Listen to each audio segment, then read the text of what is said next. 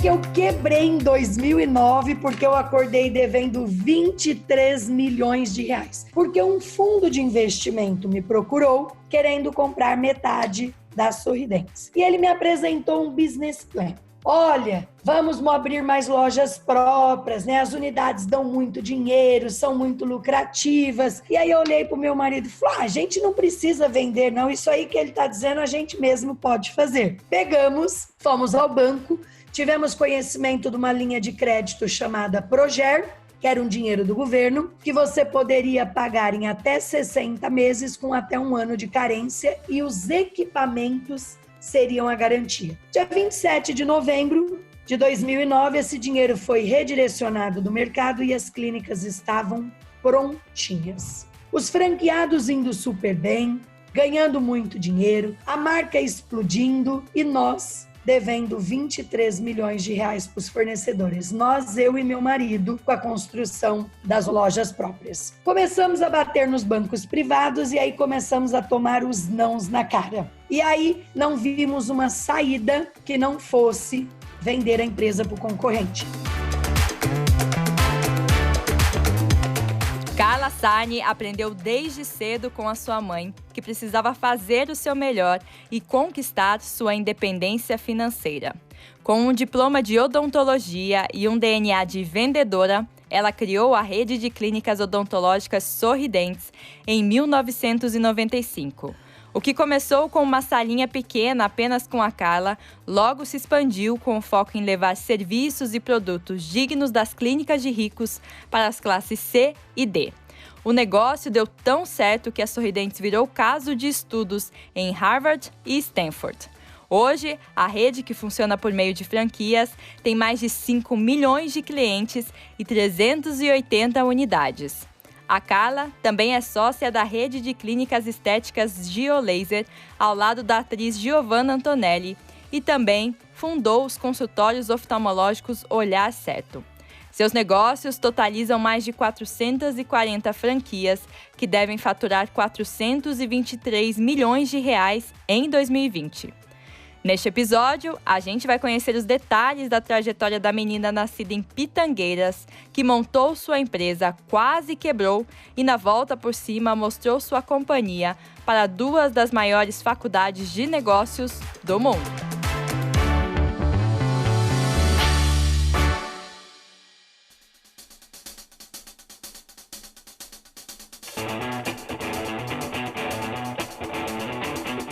Este é o Do Zero ao Topo, um podcast que conta a história dos homens e mulheres por trás das maiores empresas do Brasil e do mundo.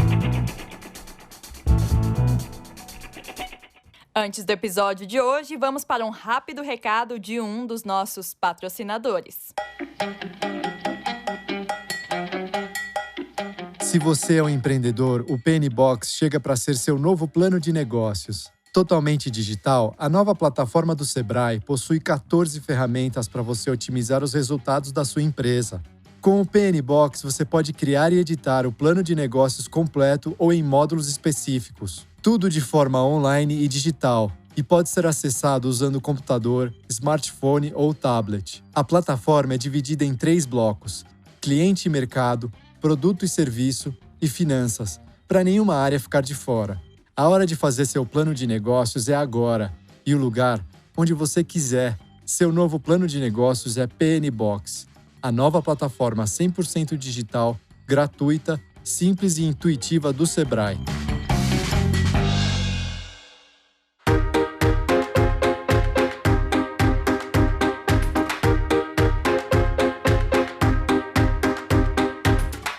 Eu sou de uma cidade do interior de São Paulo, uma cidade chamada Pitangueiras, não é no Guarujá, é Pitangueiras, próximo de Ribeirão Preto. Sou de uma família muito simples, minha mãe tem 3 filhos, eu sou a filha do meio, o meu irmão mais novo tem 1 ano e uns meses de diferença e minha irmã mais 1 ano e uns meses de diferença, ou seja, 3 filhos ali encarrilhadinhos. E minha mãe, logo que o meu irmão nasceu, o meu pai decidiu ir embora, né? Se apaixonou por outra mulher e deixou a minha mãe com 3 filhos pequenos, sem profissão e sem dinheiro. E ela se reinventou, pegava o trem, ia para uma cidade vizinha fazer um curso de cabeleireira, mas ela conta até hoje que se ela pagasse a passagem do trem, ela não tinha dinheiro para comer. Ou ela pagava a passagem ou ela comia. Fez o curso com bastante sacrifício e com 3 filhos pequenos, ela decidiu montar um salão de cabeleireira na sala da minha casa. E o salão da minha mãe não tinha hora para fechar.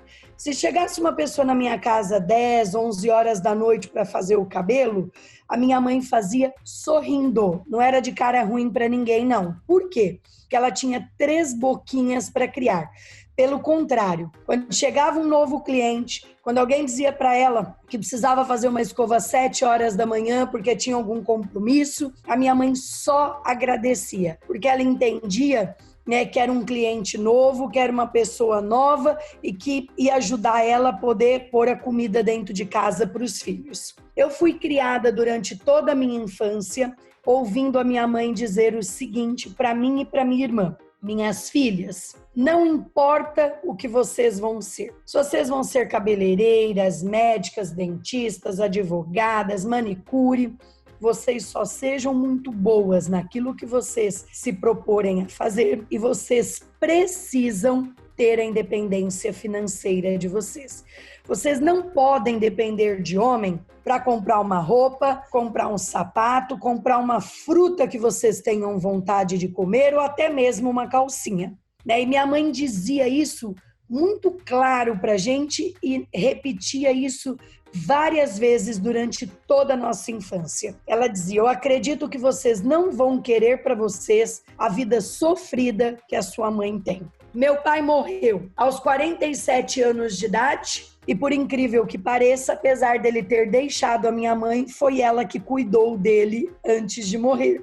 E aí o que aconteceu? Aos 12 anos de idade, quando eu fiz 12 anos, minha mãe montou uma lojinha de roupa simples, e quando ela comprou essa lojinha de roupa, veio uma caixa de carretéis de linha. E aí eu fiz meu primeiro empreendimento. Peguei uma cadeira da cozinha da minha casa, uma bacia daquelas redondas de pôr roupa de molho, e montei literalmente uma banquinha na porta do supermercado da minha cidade. E as pessoas saíam e eu dizia: entra, freguesia, xuxa dinheiro na bacia. E as pessoas achavam aquilo engraçadinho, vinham até a mim e compravam os meus carretéis de linha. E aí eu realizei o meu primeiro sonho, que foi comprar a primeira Caloi Ceci cor-de-rosa. E por que eu precisava de uma bicicleta? Porque uma tia minha era representante daquelas imitações de Pérola Maiorca e ela me colocou como uma vendedora dela. E eu ia na casa das professoras, eu ia na casa das amigas, só que eu perdia muito tempo para me deslocar de uma casa para outra. Então, com uma bicicleta, eu ganharia mais velocidade e aumentaria o meu faturamento. E assim foi. Consegui minha bicicleta, tripliquei o meu faturamento e continuei estudando. O único curso de graça que havia na minha cidade era para ser professor, era o magistério. Quando eu terminei o ginásio e eu fui para o colegial, eu comecei a fazer magistério de manhã e colegial à noite, e eu vendia as bijuterias à tarde. E de sábado e domingo, minha mãe também abria loja aos domingos, eu ajudava a minha mãe na loja. E minha mãe conta que minhas amigas passavam para ir para o clube e chegavam na porta e diziam: vamos, Carla! E eu respondia: eu não posso ir, eu preciso ficar aqui na loja ajudando a minha mãe. Mas a minha mãe abria a loja às 8 horas da manhã e fechava às 10 horas da noite num sábado. Enquanto tivesse freguês, como minha mãe diz, a lojinha estava aberta.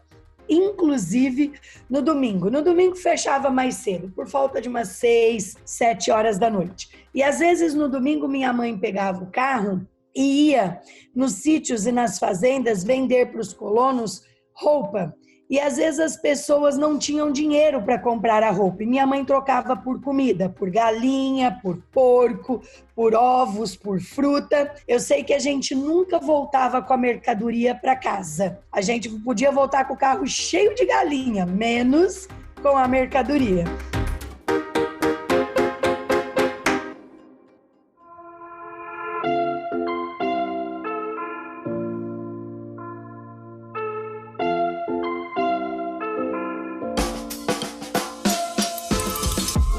Estou fazendo magistério, né, de manhã e o colegial à noite. Um primo meu me convida para ir prestar o vestibular de odontologia em Alfenas, Minas Gerais.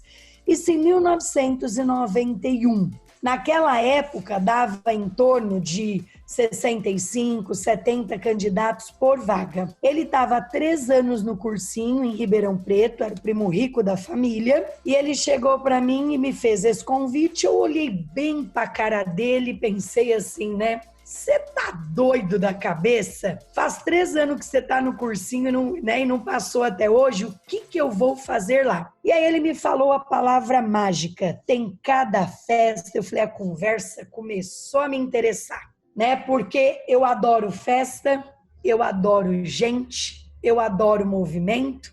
E na minha cidade tinha muito pouco para se fazer com os adolescentes. E ali eu vi uma oportunidade. Falei com a minha mãe, eu tinha minhas reservinhas de dinheiro da minha bijuteria, paguei a minha inscrição e fui com a fé e com a coragem. Fui de carona com meu primo de carro, fiquei na casa de umas amigas dele e realmente tinha muita festa. Só que como eu saio de casa para fazer de verdade, porque eu falo que tem gente que faz e tem gente que finge que faz. E eu sou do grupo que gosta de fazer. Já que eu fui, então eu prestei o vestibular de verdade. Eu era uma das últimas pessoas a entregar a prova e o que eu não sabia a resposta eu fazia por raciocínio lógico. Eu sou extremamente rápida e eu tenho um raciocínio lógico muito bom. E eu fazia por exclusão.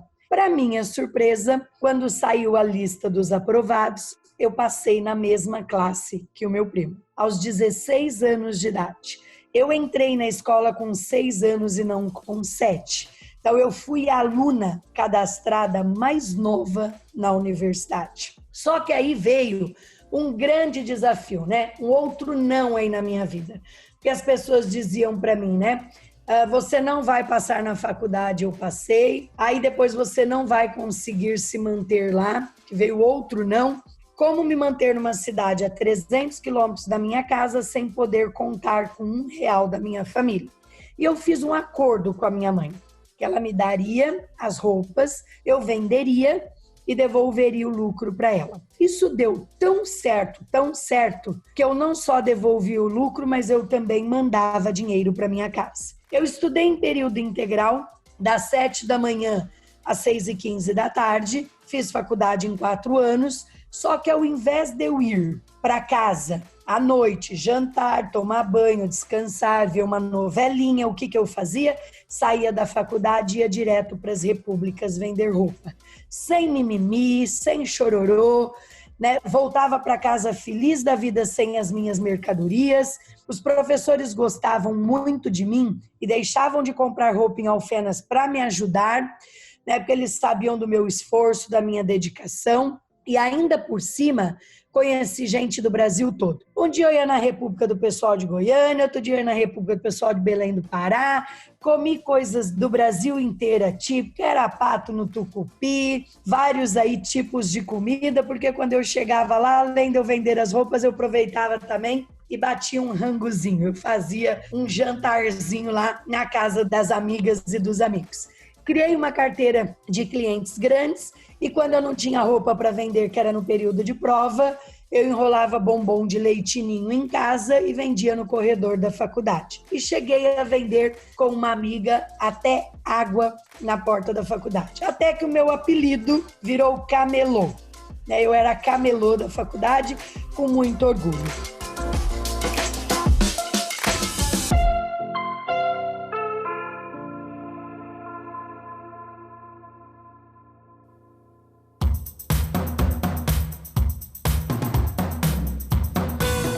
Consegui me formar sem dever nada para ninguém e peguei meu tão sonhado canudo preto, só que ao invés de eu fazer como 99% da minha classe, voltar para casa dos pais com a roupinha lavada e passada, comidinha na mesa, eu queria algo maior do que isso. E aí eu tomei a decisão de ir embora para São Paulo. Fui morar na casa de um tio meu de favor, meu tio também, uma pessoa simples, o único irmão da minha mãe que morava em São Paulo, e eu comecei a procurar emprego.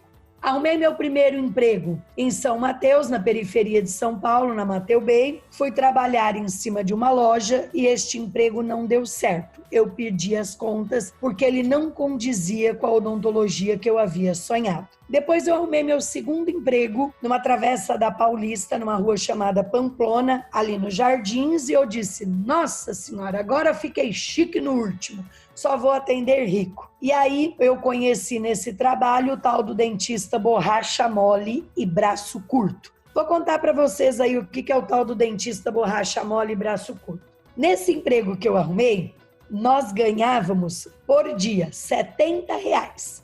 Chova pedra, chova sol. Se atendesse 1 ou 5 ou 10, no final do dia era R$70.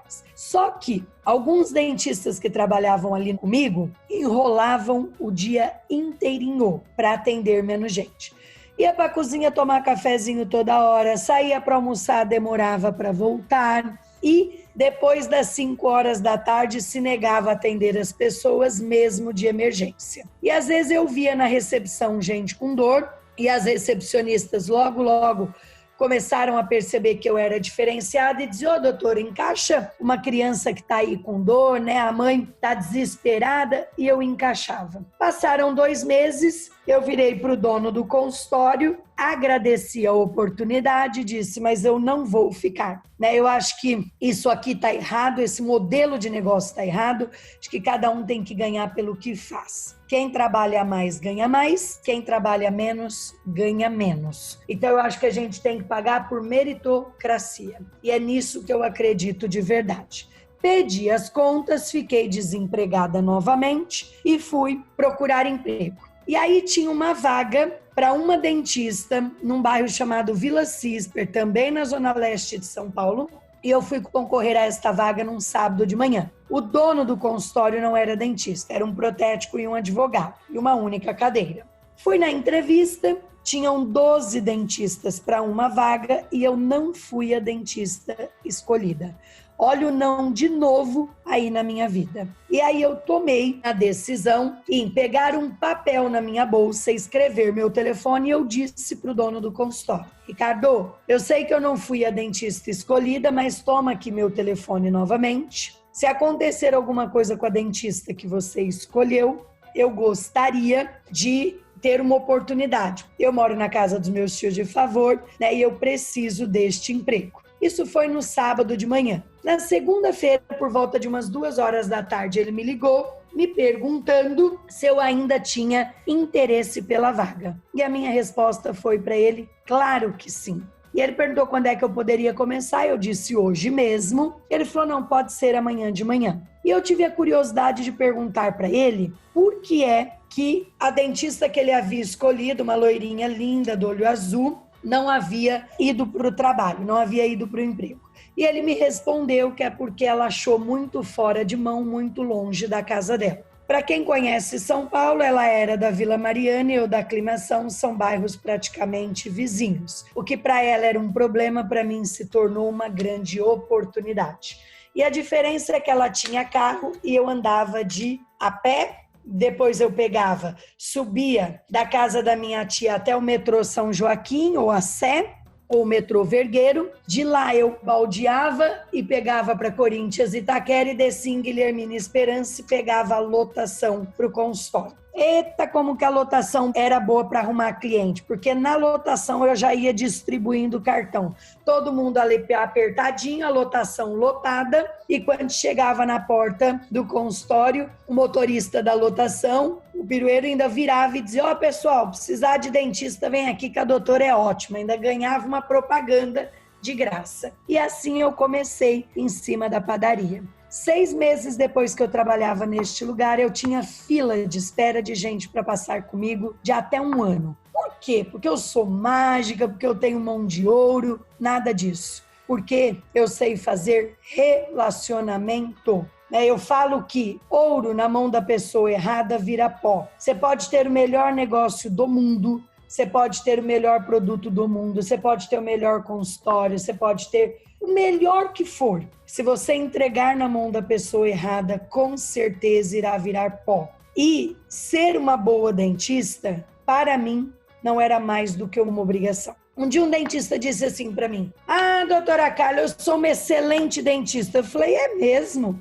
Não faz mais do que obrigação. Você fez odontologia e queria ser o quê? Bom contador? Bom advogado?" Então eu acredito de verdade que quando a gente se propõe a fazer algo, nós temos que ser bons naquilo que a gente escolheu fazer na vida. Então eu tinha muita indicação de cliente e alguns diferenciais como o da minha mãe. Se o paciente dissesse para mim que ele só poderia ir depois das 8 da noite, quando ele chegasse do serviço, eu atendia também. E aí eu comecei a construir uma carteira de clientes gigante em cima da padaria. Passaram 6 meses, minha avó, que já faleceu, com uma tia minha que não tem filhos, elas, durante toda a minha faculdade, pagaram um carnê de uma cadeira de dentista. E elas viraram para mim e me disseram: "Minha filha, você pode tirar a cadeira da fábrica que nós pagamos a última parcela." Eu cheguei para o dono do consultório e disse para ele: "Olha, eu vou sair e vou montar meu próprio consultório." Ele disse: "Deus me livre, os clientes vão tudo atrás de você."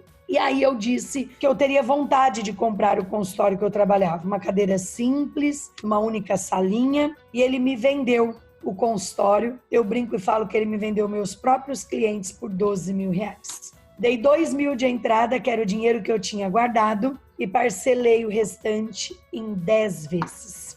Aí eu pensei, aí lascou-se, como é que eu vou pagar essa parcela? Falei, já sei, vou abrir o consultório de domingo também. E o domingo se tornou o meu dia de melhor faturamento. Eu falo que se você quiser ter sucesso, faça o que os outros não estão fazendo. E eu virei uma referência para atendimentos de urgência e emergência na Zona Leste. E gente com dor de dente num domingo está disposta a pagar um pouquinho mais. E ao invés de eu pagar em 10 vezes, eu já tinha o dinheiro em 3 meses para quitar o consultório.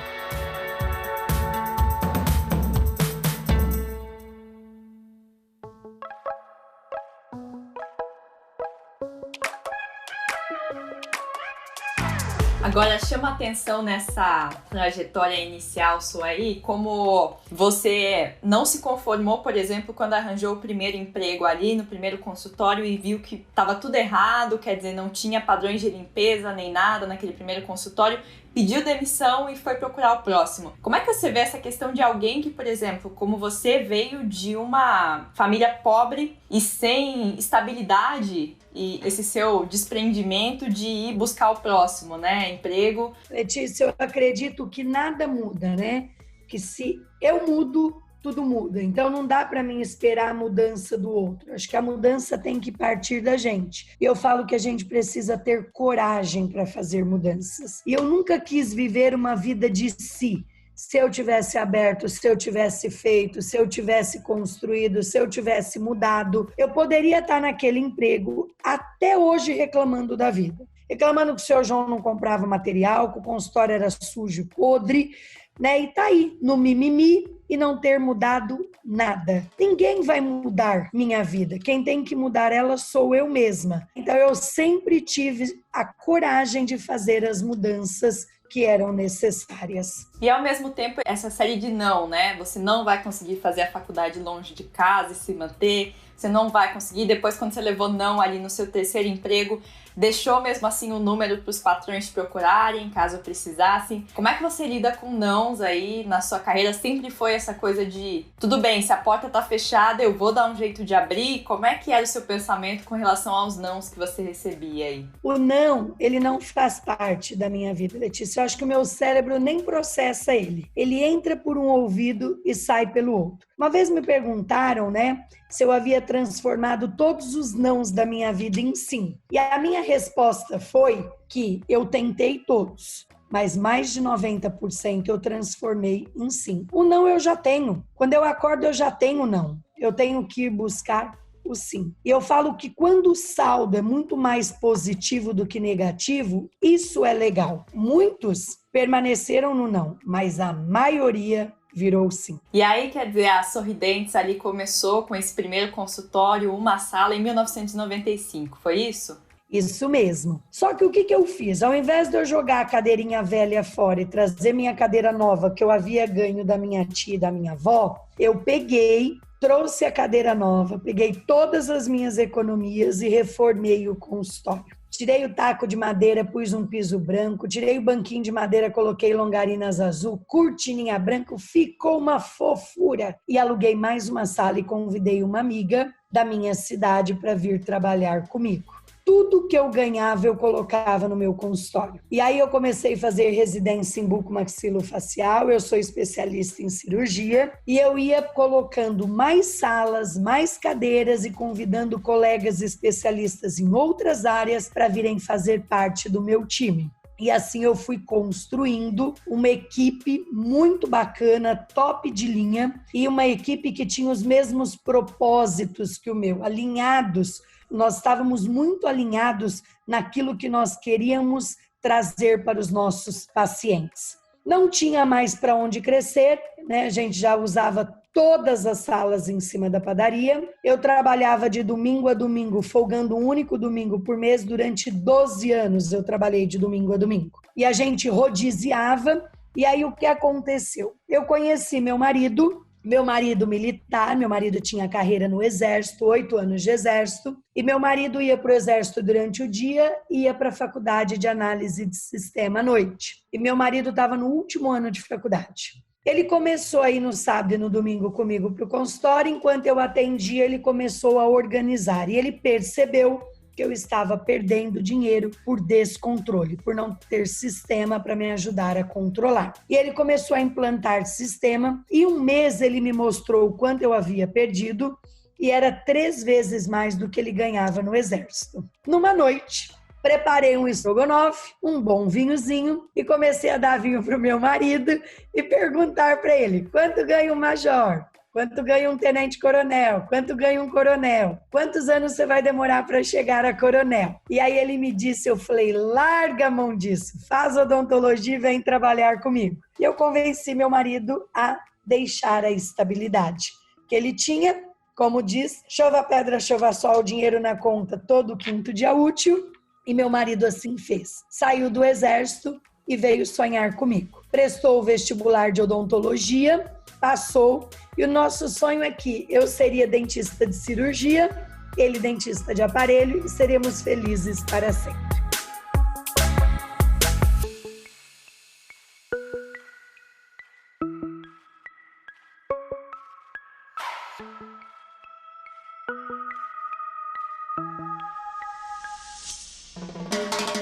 Só que nós fomos ao banco, porque não tinha mais para onde crescer, pegamos R$500 mil emprestado e construímos a primeira sede da Sorridentes. Nós fomos no Itaim, em Moema, copiamos o que os ricos tinham e levamos para a classe C. Construímos uma clínica de 3 andares, inteirinha em porcelanato, sala de espera só para criança, laser, anestesia computadorizada, tudo que existia de mais moderno na odontologia. Aí o negócio explodiu, né? Fomos para o chão e a gente quadriplicou o faturamento em 1 mês. Aí nós começamos a sonhar grande e começamos a montar mais unidades. Em 1995, quando eu formei, o que existia no país era dentista para rico e dentista para pobre. Os ricos tratavam em clínicas lindas, em consultórios maravilhosos, usando material de primeira linha, era para poucos podiam pagar, e a classe C e D em sobrelojas, nas chamadas clínicas POPs, e essas clínicas POPs muitas vezes transmitindo hepatite e usando material de segunda linha. E eu vim para o chão, gastei R$500 mil na primeira unidade, como eu contei para vocês, e provei para o mercado que era possível sim fazer uma odontologia de primeiro mundo por um preço justo. Ninguém quer nada baratinho, ninguém quer nada de graça. As pessoas só querem que caibam no seu bolso. Eu parcelo um tratamento em 36 vezes, em 12 vezes sem juros, e ensinei as pessoas a pararem de arrancar os dentes e cuidarem dos seus dentes. E eu tenho muito orgulho de dizer que eu revolucionei a odontologia no Brasil. Naquela época, Letícia, chegavam crianças no consultório para pôr aparelho, e um aparelho custava R$2 mil. Um aparelho metálico, e pra gente custava R$23 de custo, e aquilo me incomodava muito. Por que o rico podia pôr aparelho e o pobre tinha que ficar com os dentes tortos e apodrecendo? E aí eu chamei meus dentistas e disse, pessoal, olha só, os filhos de vocês usam aparelho? Usam. Por que o de vocês pode usar e dos nossos pacientes não? Né? Eu acho que está na hora da gente começar a dar também oportunidade das pessoas usarem aparelho. E eles aceitaram não receber a primeira manutenção e eu aceitei dar o aparelho. E nós demos 84 mil aparelhos em 6 meses. Demos oportunidade de 84 mil pessoas poderem corrigir os dentes. Por quê? Porque uma pessoa pode chegar à vida adulta sem dentes ou com os dentes todos estragados e tortos e isso pode lhe tirar oportunidades como um emprego bom, autoestima. Então, essa oportunidade, essa transformação na vida das pessoas faz parte da nossa essência.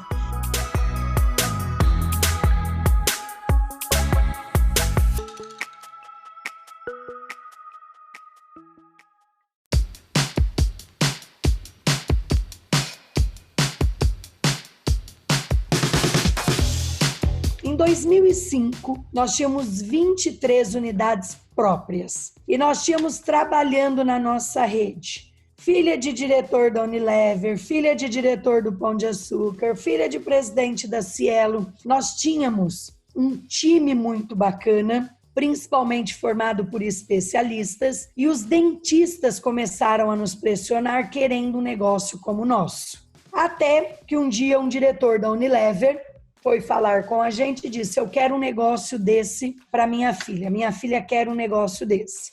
Foi a minha primeira franqueada, ela está na minha rede até hoje ela tem 2 marcas minhas. E aí, o que aconteceu? Nós tomamos a decisão em virar franquia. Em 2007, nós viramos franquia, saímos de 23 unidades para as 400 sorridentes que nós temos hoje. E um grande diferencial que nós temos é que quando nós viramos franquia, nós já tínhamos 12 anos de experiência tocando uma rede de clínicas próprias. É muito diferente você tocar um consultório, você tocar uma rede e você tocar uma rede de franquias. Então, nós já tínhamos investido mais de 4 milhões em sistema, nós já sabíamos exatamente o que os pacientes precisariam assinar, o que nós precisaríamos fazer para ter altíssimo padrão de qualidade e escalar, continuando tendo altíssimo padrão de qualidade. Este ano nós estamos concorrendo ao prêmio do Reclame Aqui como uma das melhores empresas do país no setor de saúde.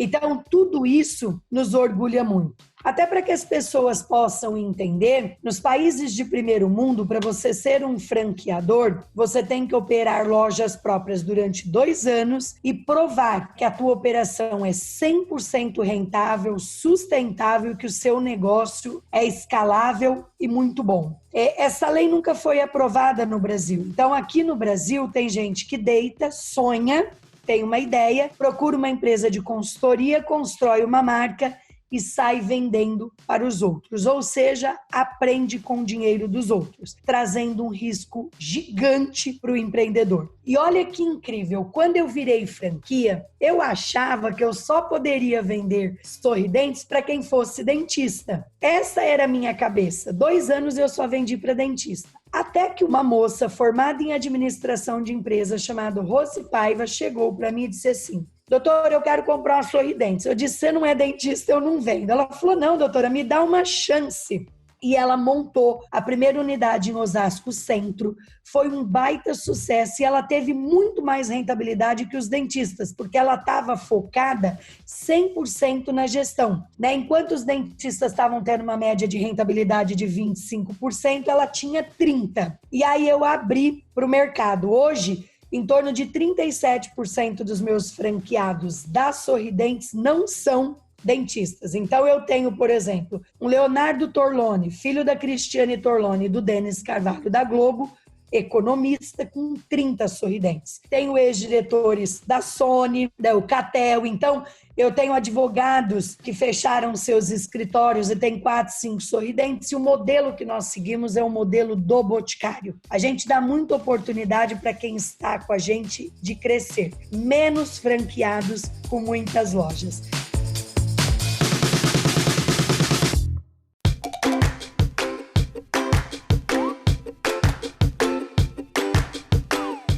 Agora você falou um pouco disso, de como o papel da empresa vai mudando, né? Como operar uma clínica só é diferente de operar várias e é diferente de operar uma franquia. Como é que foi essa mudança para você como empreendedora, que é alguém que se formou em odontologia e que operava os pacientes e de repente se viu diante de ter que fazer a gestão dos negócios? Você conseguiu fazer essa transição tranquilamente ou como é que foi?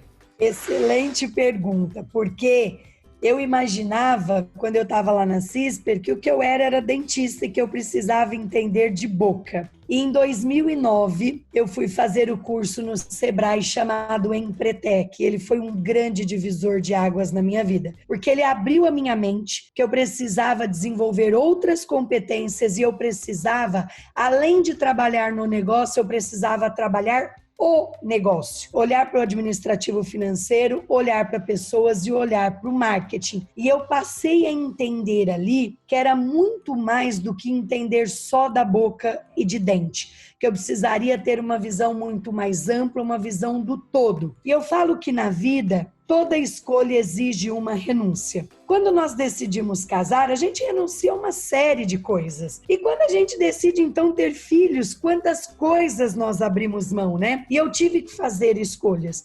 E uma das escolhas que eu tive que fazer foi sair do mocho de dentista e me dedicar mais ao negócio. Então, eu fui saindo aos poucos. Primeiro eu parei de atender 3 dias, depois eu passei a atender somente 1, até que um dia eu literalmente parei de atender. E toda escolha exige uma renúncia, sempre, né? A vida vai nos pôr escolhas na mesa e nós vamos ter que renunciar a algo. E se for algo maior, vale muito a pena. E eu tive que bancar a franqueadora até 58 unidades, que é uma franqueadora séria, que transfere know-how, que dá suporte de verdade, ela dá prejuízo até 50 unidades abertas. Então, o que eu fazia? Eu pegava o dinheiro limpinho das minhas clínicas próprias e colocava o dinheiro na franqueadora. E investia na marca, investia na franqueadora. Fundo de propaganda era muito pequeno na época, então a gente precisava pôr dinheiro. Agora não. Nesse último domingo agora, nós estávamos no Fantástico com a nova campanha com a Ivete Sangalo. Fizemos 550 propagandas na televisão este mês, nos pontos de ônibus, nos metrôs. Hoje a gente está num outro tamanho. Na última pesquisa que nós fizemos, não induzida, nós temos 73% do mercado como marca. Induzida, esse número chega a 82%. Então, a gente abriu mão de muita coisa na nossa vida pessoal para poder investir, né, no negócio. Durante os 7 nossos primeiros anos de formados, tudo que a gente ganhava, a gente colocava no negócio. E, às vezes, as pessoas perguntavam para a gente, você não vai comprar um carro? Eu dizia, Deus me livre, um carro eu vou ter que pôr gasolina, pagar IPVA, seguro. O meu negócio vai me dar muitos carros.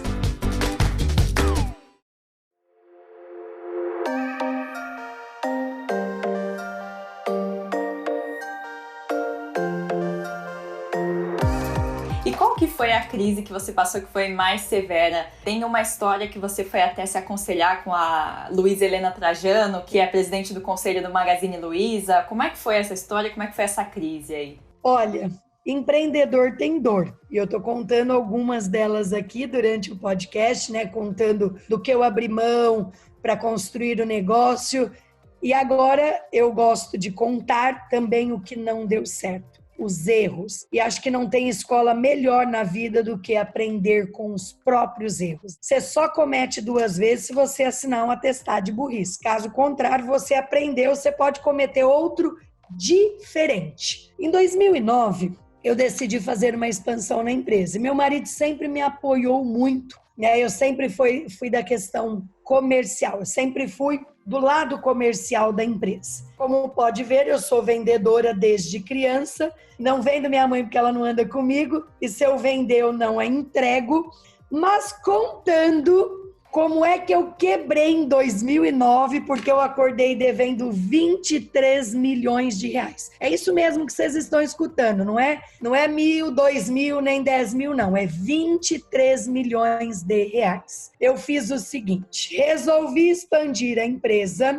construí 40 clínicas próprias. Mas por que eu construí essas clínicas de uma única vez? Porque um fundo de investimento me procurou querendo comprar metade da Sorridentes. E ele me apresentou um business plan. Olha, vamos abrir mais lojas próprias, né? As unidades dão muito dinheiro, são muito lucrativas. E aí eu olhei para o meu marido e falei, a gente não precisa vender, não. Isso aí que ele está dizendo, a gente mesmo pode fazer. Pegamos, fomos ao banco, tivemos conhecimento de uma linha de crédito chamada Proger, que era um dinheiro do governo, que você poderia pagar em até 60 meses com até 1 ano de carência e os equipamentos seriam a garantia. Ou seja, não precisava de carro, casa, nada disso. O próprio equipamento garantiria a operação. Dia 27 de novembro de 2009, esse dinheiro foi redirecionado do mercado e as clínicas estavam prontinhas. Os franqueados indo super bem, ganhando muito dinheiro, a marca explodindo e nós devendo 23 milhões de reais para os fornecedores. Nós, eu e meu marido, com a construção das lojas próprias. Começamos a bater nos bancos privados e aí começamos a tomar os nãos na cara. A senhora precisa ter 150% de garantia. Garantia do quê? Casa, carro. Um dia eu virei para um gerente e disse, rapaz, se eu tivesse 150% de garantia em imóveis, 30 milhões, quem emprestar dinheiro para o banco ia ser eu. Eu não estava aqui pedindo dinheiro emprestado. E aí, fomos bater no BNDES. Quando veio a lista do que precisava, eu disse, santo pai, esse povo não sabe emprestar dinheiro para pobre, não, só para rico. E aí, não vimos uma saída que não fosse vender a empresa para o concorrente e não dever nada para ninguém. E numa boa, a gente ia recomeçar, sentar o bumbum no mocho de novo e começar aí a atender e começar do zero. Procuramos o concorrente adorou, sorrisão até no ouvido e disse, eu compro a empresa a troco da dívida. Ele compraria a troco dos 23 milhões. E nós começamos a trabalhar os contratos. Advogados falando, só que tinha o mês de dezembro para passar.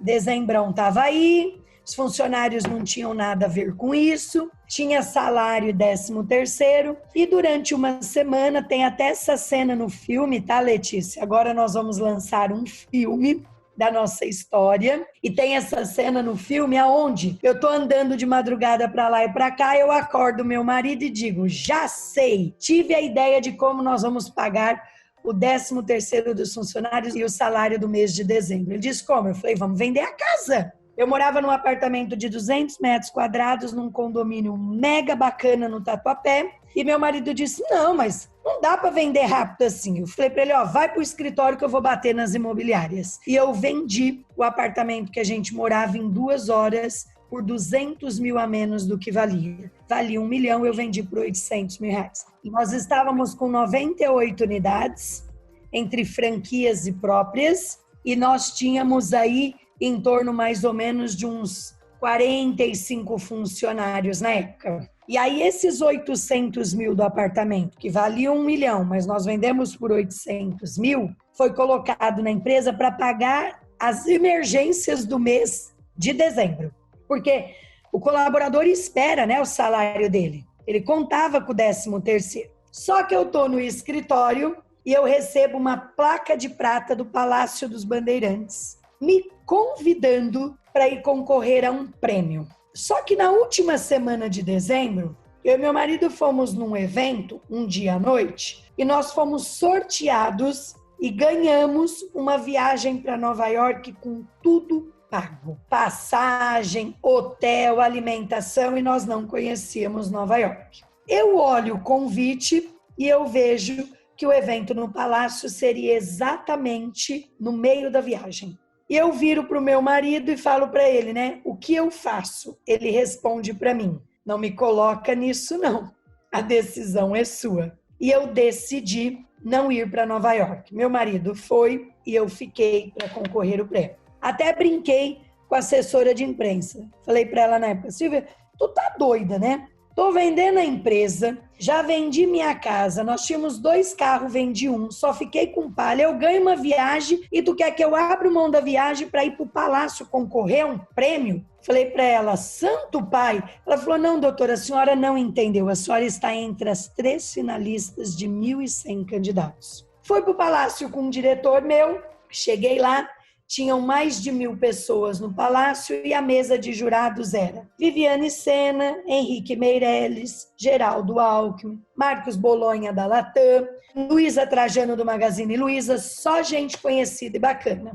Começaram as premiações das categorias, terminou a última categoria, meu nome não foi chamado. Eu falei, lascou-se. Falei pro meu diretor, Noril, eu vou te dizer uma coisa, tu nem olha pra minha cara essa semana que ninguém vai aguentar meu mau humor. De repente, o Marcos Bolonha da Latam sobe em cima do palco e diz para mim, por unanimidade dos jurados, a jovem liderança é Carla Sarmi. Eu subo no palco, recebo o prêmio do ano e a hora que eu desço foi o meu grande prêmio. A Luísa Trajano sai de trás da mesa de jurados, vem me dar um abraço e diz para mim, amei a sua empresa. Que impacto social que você está trazendo no nosso país. Que transformação na vida das pessoas. Vai almoçar comigo no Magazine. Eu vou almoçar com a Luísa e durante o almoço, no final dele, eu conto para a Luísa que eu estou vendendo a minha empresa para o concorrente. E ela me fez somente 2 perguntas. O porquê eu estava vendendo e eu contei que eu não conseguia empréstimo nos bancos e que os bancos, além de não dar, os juros era muito alto, os juros que eu tinha antes era de 6% ao ano e os bancos queriam me emprestar de 2,38% ao mês, ou seja, aí praticamente quase 30% ao ano, e ela me perguntou o que eu precisaria para não vender. E eu respondi para ela que eu precisaria que um banco acreditasse em mim, porque nem casa eu tinha mais para dar como garantia. Ela falou, eu vou te ajudar. Ela pegou o telefone e ligou para um presidente de um banco. 2 dias depois, chegaram 2 diretores no meu escritório e eles perguntaram o que eu tinha para dar como garantia. Eu disse, la garantia sou eu mesma. E eles me emprestaram 23 milhões para pagar em 5 anos. A Luísa nunca foi minha fiadora, nunca pagou uma parcela para mim, mas eu prometi a ela que jamais ela receberia qualquer ligação do banco, fazendo ela se arrepender por aquilo que ela estava fazendo por mim. E aí, Letícia, eu quero trazer mais uma reflexão para esse podcast, tá? O mais fácil para mim naquele momento era ter vendido a empresa e recomeçado, posto a minha cabecinha no travesseiro e dormido tranquilamente. Mas não, porque nem sempre o caminho mais fácil é o que a gente tem que ir buscar. Eu não queria, como eu disse para você, viver uma vida de si. E se eu tivesse tentado? Eu poderia estar me perguntando isso até hoje. Será que eu teria conseguido? E eu resolvi ir para o caminho mais doloroso. Acordar e começar todo dia 1º com uma parcela de 800 mil para pagar. Chova pedra, chova sol, com crise sem crise, com pandemia sem pandemia. E eu consegui o dinheiro que era a dívida para pagar em 5 anos, em 3 anos.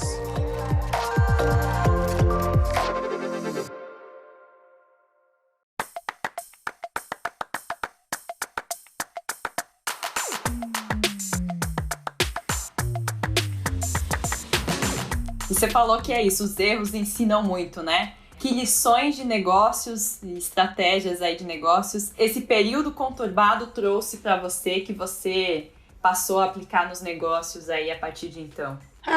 Vou falar que nem a gente fala lá no interior, viu, Letícia? Aprendi a não contar com o ovo no cu da galinha e fazer planejamento, porque foi exatamente isso. Eu contei e ela não botou. Aí o que aconteceu?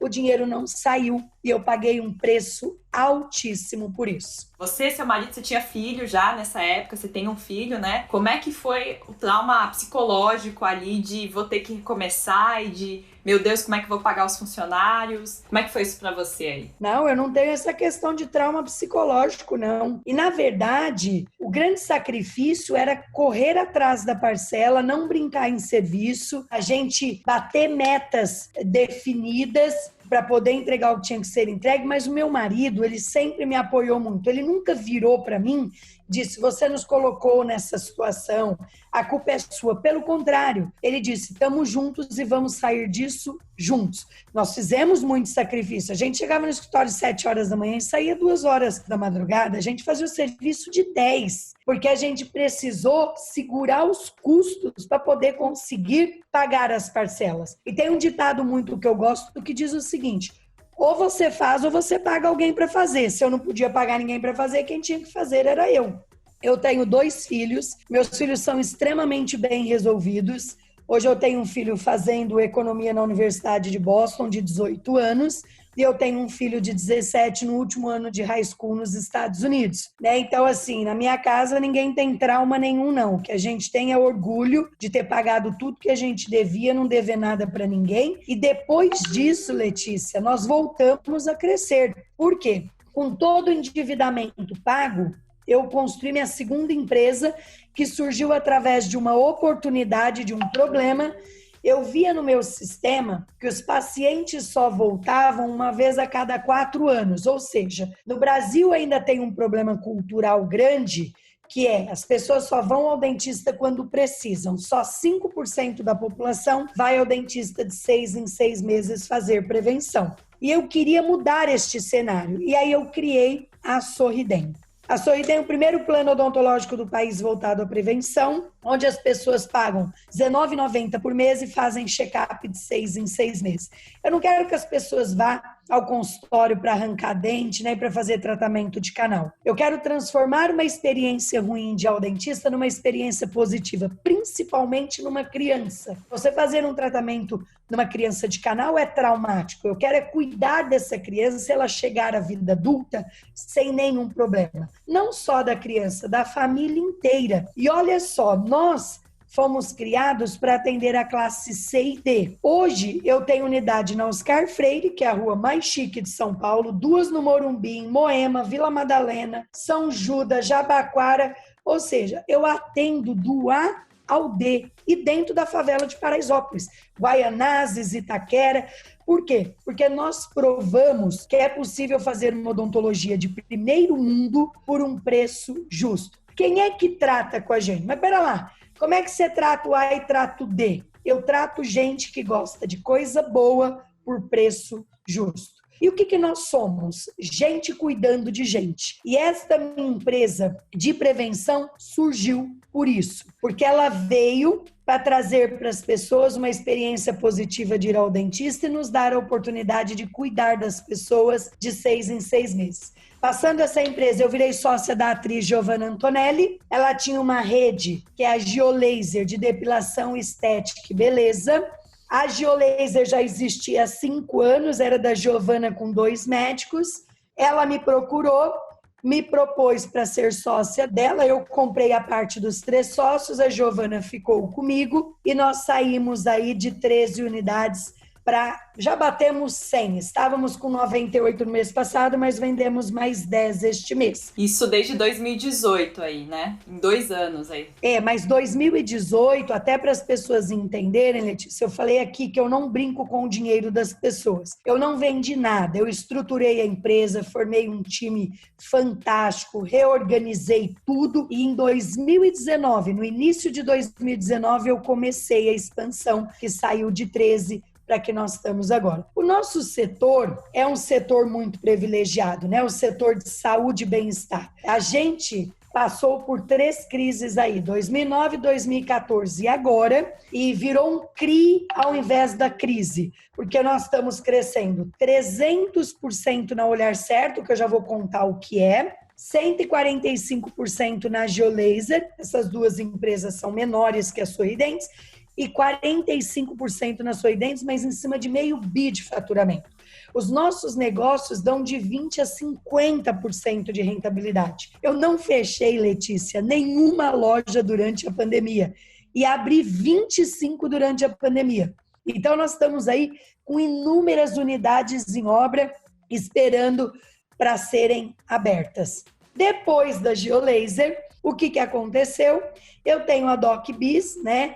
Então, eu já falei da Sorridentes, eu falei da Sorridem, que é a operadora de convênio, falei da Giolaser. Aí a DocBiz é uma empresa minha que foi criada para atender as minhas necessidades. Uma empresa de desenvolvimento e treinamento de profissionais para virarem profissionais de alta performance. E eu acabei construindo uma Ferrari em sistema e hoje eu forneço o sistema para as minhas empresas e forneço o sistema para o mercado também, principalmente para as clínicas de odontologia, médicas, de estética. E essa minha empresa hoje não é mais só interna, que é a DocBiz, né, aproximando nas pessoas dos seus negócios. É uma empresa que hoje presta serviço para o mercado, inclusive tem um programa de mentoria que é comigo. E o meu bebê mais novo é a Olhar Certo. Mas antes de eu falar da Olhar Certo, eu quero mostrar aqui alguns números para as pessoas, tá?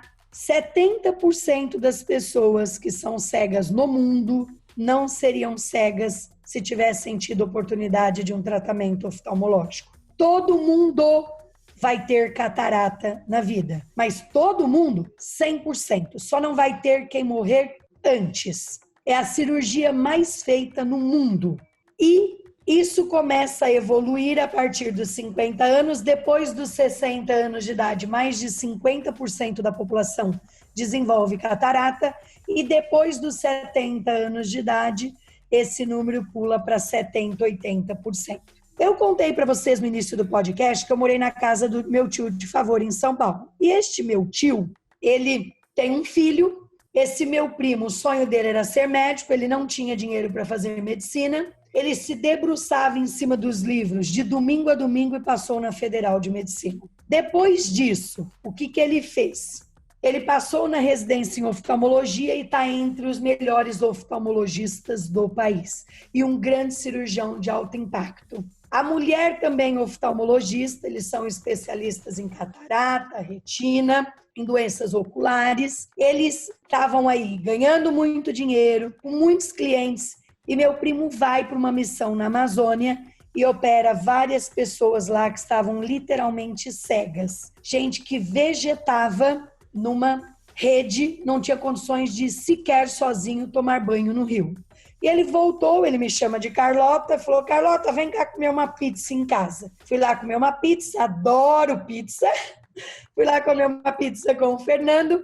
E aí ele pegou, Fernando Drude é o nome dele, e ele pegou e falou para mim, olha, eu nem sei quanto eu ganho por mês. Aí a mulher dele falou, você ganha uns 200 mil, que é ela que controla o dinheiro. Ele falou, mas eu não estou feliz, eu quero deixar um legado. Me contou sobre esses números e juntos nós montamos a Olhar Certo, a primeira rede de clínicas de oftalmologias no país que está transformando a vida de milhares de pessoas. Mês passado nós demos oportunidade de 240 pessoas voltarem a enxergar. Nós parcelamos uma cirurgia de catarata em 36 parcelas de 100 e pouco, 200 e poucos reais. Clínicas lindas, de altíssima tecnologia. Eu não conheço nenhuma com a estrutura que nós temos, lindíssimas. E essas clínicas que nós temos, tem até tomografia de fundo de olho, tudo em um só lugar, como todos os outros nossos negócios. Então, nós estamos aí impactando agora os olhos, né? Que enxergar bem é viver bem, este é nosso propósito. O dinheiro não é o que me faz levantar da cama todos os dias, Letícia. O dinheiro é consequência do meu trabalho, é consequência daquilo que eu construo, é consequência daquilo que eu acredito de verdade, do que eu venho semeando há 25 anos. O que me faz levantar da cama é a transformação na vida das pessoas. Temos a Sorridentes, que cuida do dente, olho e dente, e na beleza, na autoestima, no botox, no pelo, no tratamento da gordura localizada, nós temos a Geolaser. Na educação, a DocBiz, educação e sistema, e na prevenção, a Sorridente. Todos os nossos negócios são verticalizados. Nós temos plano odontológico próprio, cartão de crédito próprio e redes próprias. E franquias também aí. Em todos esses negócios? Não, as franquias são só na Sorridentes, na Geolaser e na Olhar Certo. Os outros 2 negócios não são franquias.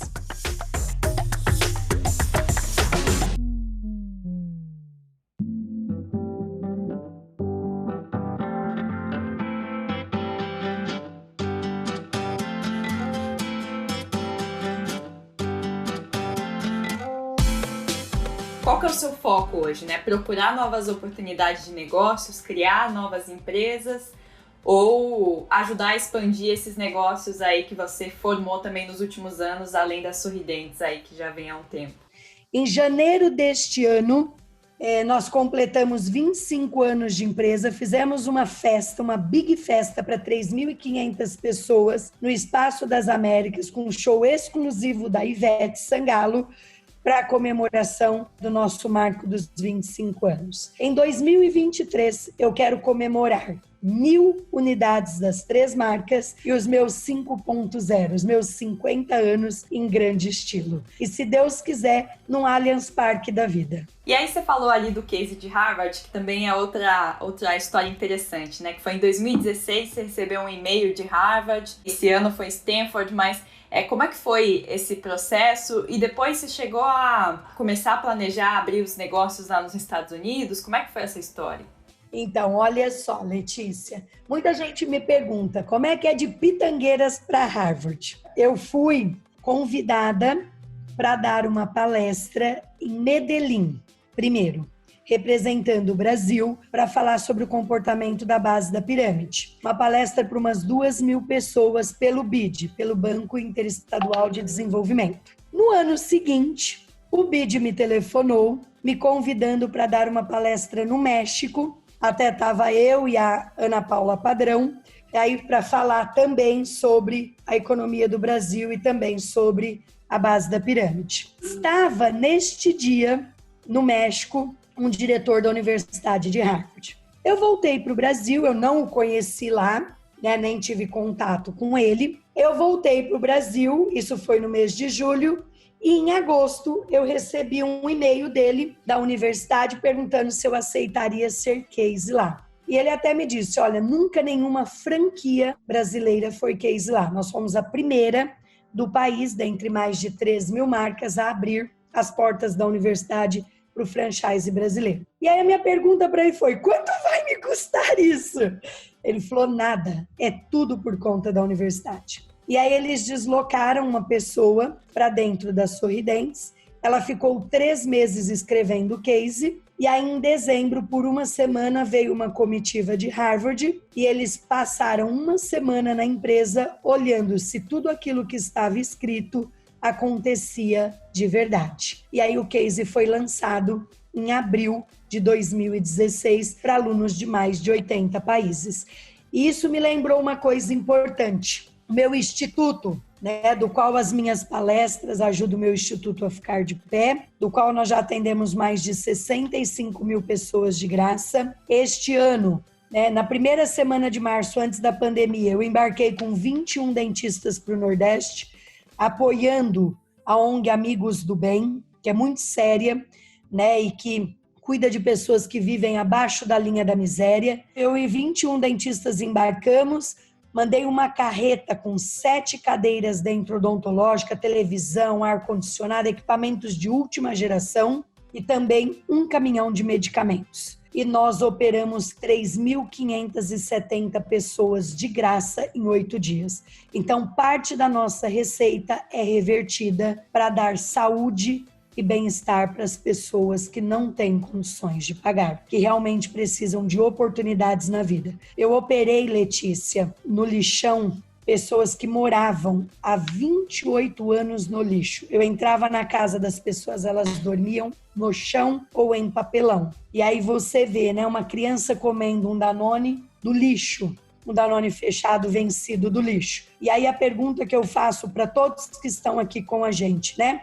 Se cada um de nós estendermos o nosso braço até onde a gente consegue alcançar, em pouco tempo nós alcançaremos o mundo todo. E o que eu quero do meu lado é isso, pessoas que investam no meu negócio, que é extremamente lucrativo aí. Eu tenho um negócio que dá de 20% a 30% de lucro, eu tenho um negócio que chega a dar de 30% a 50% de lucro. Mas é o propósito que me interessa, é ganhar dinheiro, sim, mas transformando a vida de milhares de pessoas. Você falou um pouco da questão do fundo lá atrás, que chegou com business plan e tudo mais para vocês. É algo que vocês buscam, olham para cumprir essas suas metas também? Se unir a parceiros, fundos de investimento, ou quem sabe captar dinheiro no mercado, na bolsa? Como é que vocês veem essa questão de precisar de recursos aí para expandir? Olha, Letícia, eu brinco e falo que hoje, se a gente atender a quantidade de fundos que batem na nossa porta, a gente não trabalha mais. A empresa hoje tem uma liquidez gigante, nós não temos nem um centavo de endividamento, né? Então a gente está está crescendo, estamos ouvindo algumas propostas, mas nada concreto. Quem sabe a gente faz uma parceria, mas hoje nós não temos nada concretizado e nem em andamento. A gente pontuou vários momentos também de dificuldade da sua história, né? Mas qual deles para você foi o mais marcante, foi o mais difícil e desafiador? Foi algum desses que você relatou? Foi algum outro momento pessoal? Olha, foi o que eu citei para vocês, né? O momento mais desafiador da minha vida foi eu tomar a decisão se eu ia vender a empresa para o concorrente, me livrar do endividamento, ou se eu ia acordar com 800 mil de parcela no meu pescoço todos os meses para pagar, né? E, como eu disse, eu apostei em pagar a dívida e não vender a empresa. Eu tentei e deu certo. Mas muita gente, Letícia, acha que é sorte, né? E eu falo que se você ficar sentado no sofá esperando a sorte bater na sua porta, deita, porque sentado você vai cansar. A gente precisa semear e a sorte aparece para quem está em movimento. E eu quero terminar esse podcast com uma mensagem. Todos nós nascemos para vencer, todos. As oportunidades passam na porta de todo mundo. O cavalo passa para todo mundo. Uns montam e outros passam a vida inteira abanando a mão para o cavalo e não tem coragem sequer de chegar perto dele. Então, coragem para fazer as mudanças que você precisa fazer. Não viva uma vida de si. Faça acontecer. E pode ter certeza absoluta de uma coisa. A nossa vontade de vencer sempre tem que ser maior do que qualquer desafio. E na minha visão, sonho tem que ter prazo. Senão a gente corre o risco de passar por uma vida inteira sem sequer realizar um único sonho.